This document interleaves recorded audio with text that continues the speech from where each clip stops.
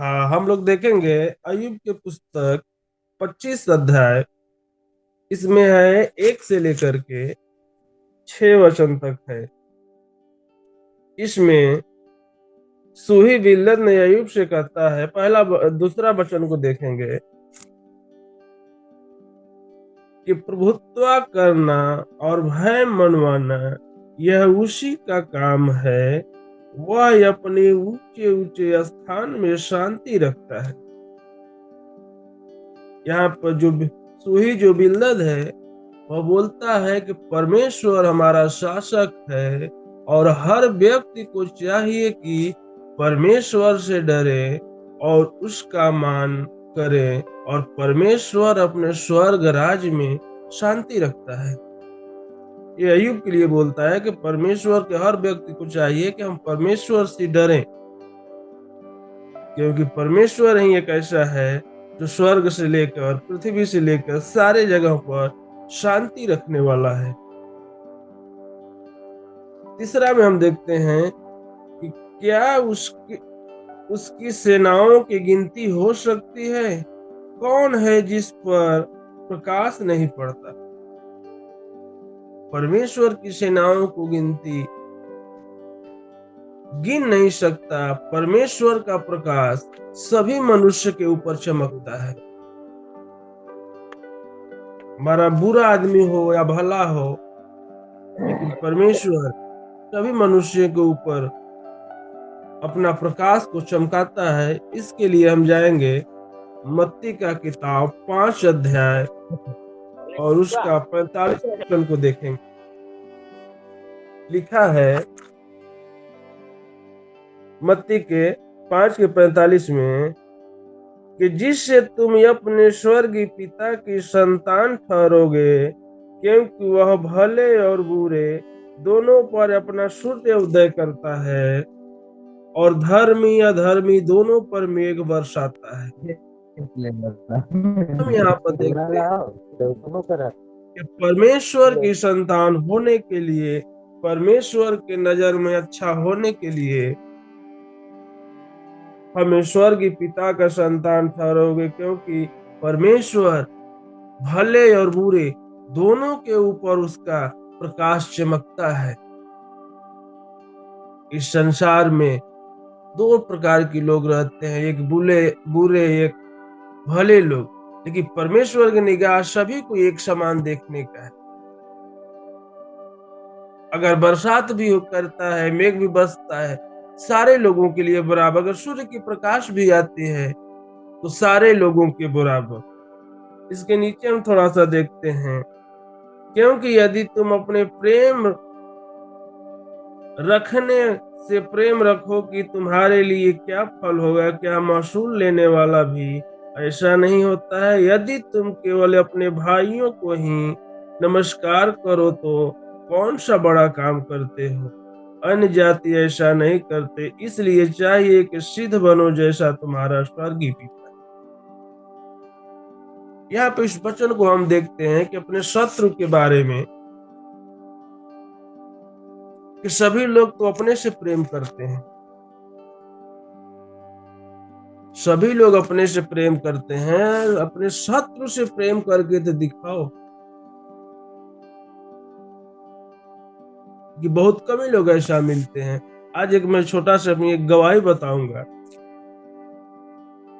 कि जून के महीने में हम घर से प्रार्थना करने के लिए गए थे और दोपहर का समय था।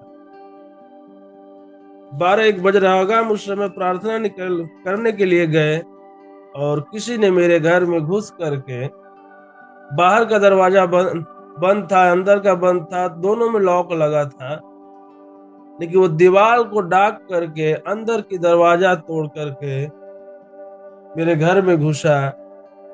और मेरे घर में तो चोरी करने के लिए आया था, लेकिन उसको कुछ नहीं मिला। बेड को निकाला, बक्सा जो पेटी अलमारी सारे बर्तन को तहस नहस कर दिया, लेकिन इधर कुछ नहीं मिला। लेकिन मैं 4-5 हजार रुपए रखा था। खोजते खोजते वो पाया और वह लेकर के चला गया। जब मैं प्रार्थना से आया घर पे तो बाहर का दरवाजा बंद था, सही था। उसको खोला जब ये अंदर देखा तो भाई दरवाजा टूटा है। फिर मैं परेशान हो गया, फिर पड़ोसी के लोगों को बुलाया और पूछा उन लोगों से कि भाई देखो, मेरे बाहर के तो बंद है लेकिन अंदर का दरवाजा तोड़ा है, किसी ने, मैं पैसा रखा था, पैसा भी लेकर के चला गया चोरी करके। लेकिन उसको जाते हुए किसी ने नहीं देखा। लेकिन एक लड़की थी, उसका विश्वास मतलब शक के ऊपर उस लड़के को पकड़े, पड़ोसी ही लोग पकड़े और उसको मारे और फिर उसको थाने में ले गए। साथ में मैं भी गया और वहां पे उसको पुलिस वाले भी मारे और उसको थाने में बंद करवा दिए। गांव ही के लोग, मैं ऐसा नहीं चाहता था लेकिन गांव ही के लोग ने बंद करवा दिया कि नहीं सर, अगर एक बार ये चोरी किया है, अगर एक बार आप छोड़ते हो तो बार बार आएगा, फिर चोरी करेगा। उसको थाने में बंद करवा करके आ गए। जब मैं अपने घर पे आया, रात को मैं पूरी उस दिन रात को सो नहीं पाया। एक मन में ऐसा चल रहा था कि हमारे वजह से वह आज जेल में है। वहां पर जो लोग ले गए थे उसको जेल में, थाने में, वही लोगों को मैं सुबह ही उठ करके मैं बोला, ऐसा करो कि उस भाई को आप लोग जाकर छुड़वा दीजिए। अब जब उन लोगों से मैं बोल रहा हूँ कि जाकर वहां थाने में छुड़वाइए भाई उसको, वही लोग डांट रहे हैं कि सर, अगर फिर छुड़वा देंगे फिर चोरी करेगा, फिर ऐसा करेगा, उसको उसी में 6 महीना, 2 महीने, 4 महीना रहने दो, इसके बाद में हम छुड़वा देंगे।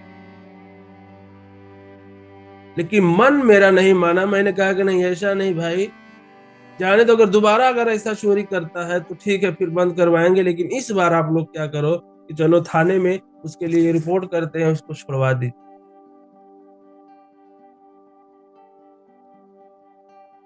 फिर हम लोग गए, फिर उसको थाने में जा करके उसको छुड़वाए।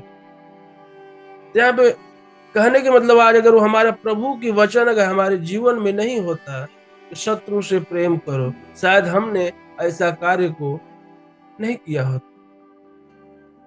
इसलिए परमेश्वर ने, भले और बुरे दोनों के ऊपर परमेश्वर का प्रकाश रहता है, मेघ सभी के ऊपर बरसता है। आज परमेश्वर की वचन है तो आज हम जीवित हैं।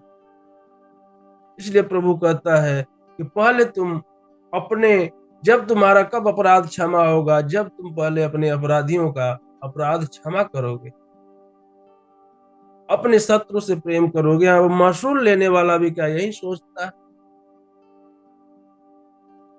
इसलिए हमें भी पहले अपने शत्रु से प्रेम, गलती तो सबसे होती है। मेरा मानना है कि संसार में ऐसा कोई मनुष्य नहीं है कि जिससे गलत ना होता, लेकिन गलत के लिए हमारा पश्चाताप। हम भी महसूस किया कि उस लड़के को अगर थाने में नहीं ले गया होता शायद, क्योंकि परमेश्वर की वचन बताती है कि हम एक दूसरे को क्षमा करें। आइए हम देखते हैं, फिर यायूब में आते हैं, चौथा वचन को देखते हैं, 25 का 4 को देखते हैं। फिर मनुष्य परमेश्वर के दृष्टि में धर्मी कैसे ठहर सकता है? जो स्त्री से उत्पन्न हुआ वह कैसे निर्मल हो सकता है? यहाँ पे सुही बिल्दर ने कहता है,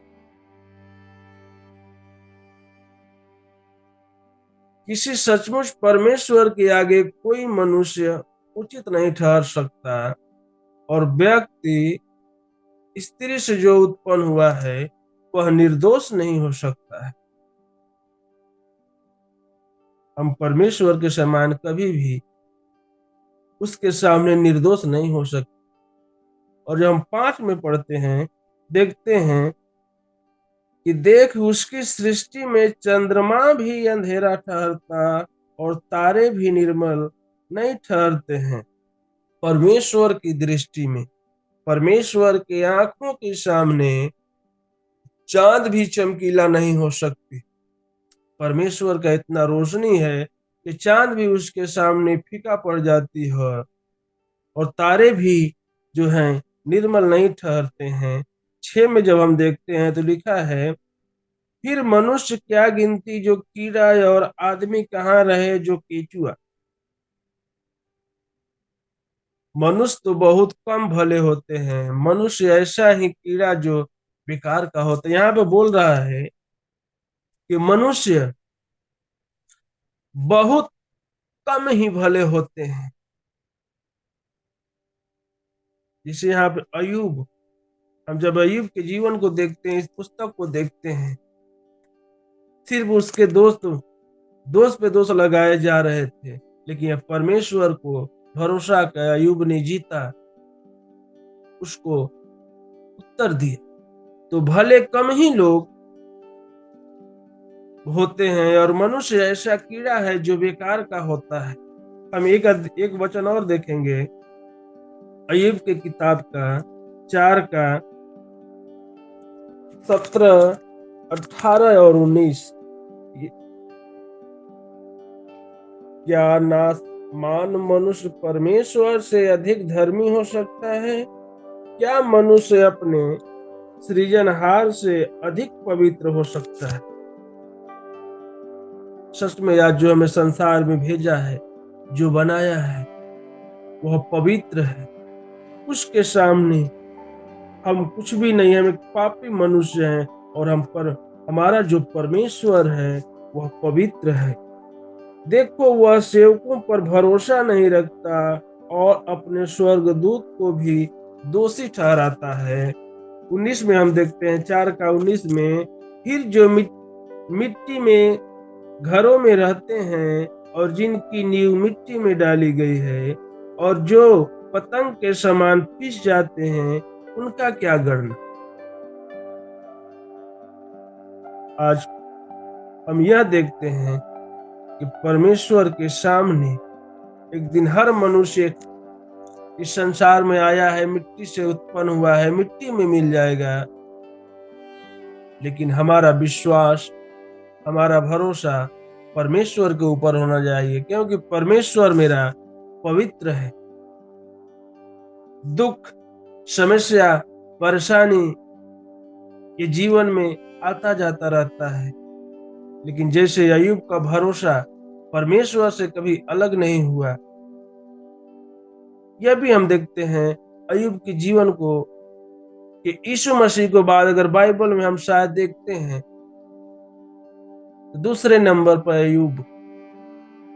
इतना समस्या, इतना परेशानी, आज वैसा भी प्रभु हमें भी बोलता है कि अगर प्रभु को प्रार्थना करते हैं, विश्वास रखते हैं, हमारे जीवन में कभी कभी कठिनाइयां, समस्या आ सकता है, परेशानी आ सकता है, लेकिन अगर हमारा विश्वास और भरोसा प्रभु के ऊपर है, ये सारा कुछ एक दिन समाप्त हो जाएगा और हम परमेश्वर का विश्वास और भरोसा को जीत सकते हैं और परमेश्वर के नजर में हम धर्मी ठहर सकते हैं।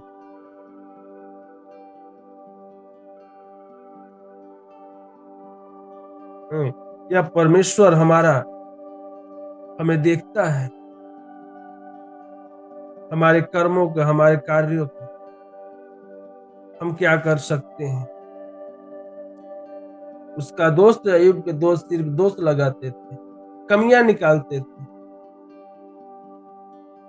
क्योंकि हम कमियां निकालने के लिए नहीं है, बल्कि जो हमारे अंदर कमियां हैं, हम परमेश्वर से प्रार्थना करें, पश्चाताप करें, प्रभु निकालने वाला है।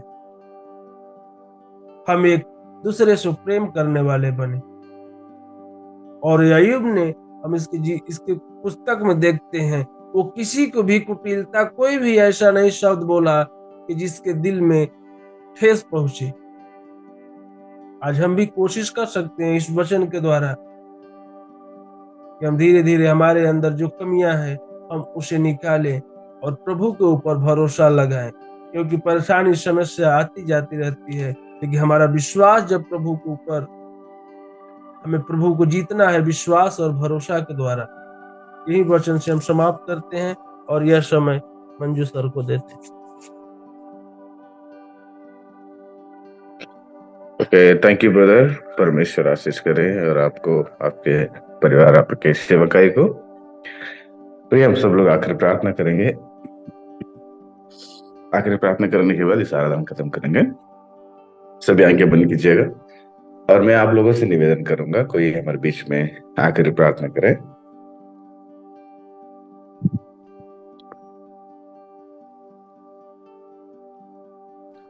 आइए हम प्रार्थना करेंगे। धन्यवाद करते हैं पिता परमेश्वर, प्रभु यीशु मसीह, सुंदर समय के लिए पिता, आज का दिन, आज का समय दिए प्रभु, इसके लिए धन्यवाद करते हैं पिता परमेश्वर। प्रभु जी, आज जो भी आपके वचनों से हम लोग सीखे हैं पिता, अपने जीवन में लागू करने पाए पिता, और सब संपूर्ण मन से, संपूर्ण हृदय से प्रभु आपके ऊपर विश्वास करके आत्मिक जीवन में बढ़ने पाए पिता परमेश्वर। यहाँ पे जितने भी लोग हैं प्रभु जी, सभी को आपके हाथों में सौंपते हैं पिता। इन सभी को चलाने वाले पिता परमेश्वर आप हैं, और हर एक दिक्कत समस्या से बचाने वाले आप हैं प्रभु। प्रभु आपको धन्यवाद करते हैं पिता, और आने वाले समय में पिता परमेश्वर और भी हम लोग अच्छी रीति से सीखने पाए पिता परमेश्वर, और प्रभु जी आशीष का कारण बनने पाए पिता। पिता आपको बहुत बहुत धन्यवाद, शुक्रिया करते हैं प्रभु। ये प्रार्थना प्रभु यीशु में करते हैं पिता परमेश्वर, आमीन आमीन। आमीन। परमेश्वर आप सबको आशीष करे। फिर हम कल मिलेंगे। जय मसीह की।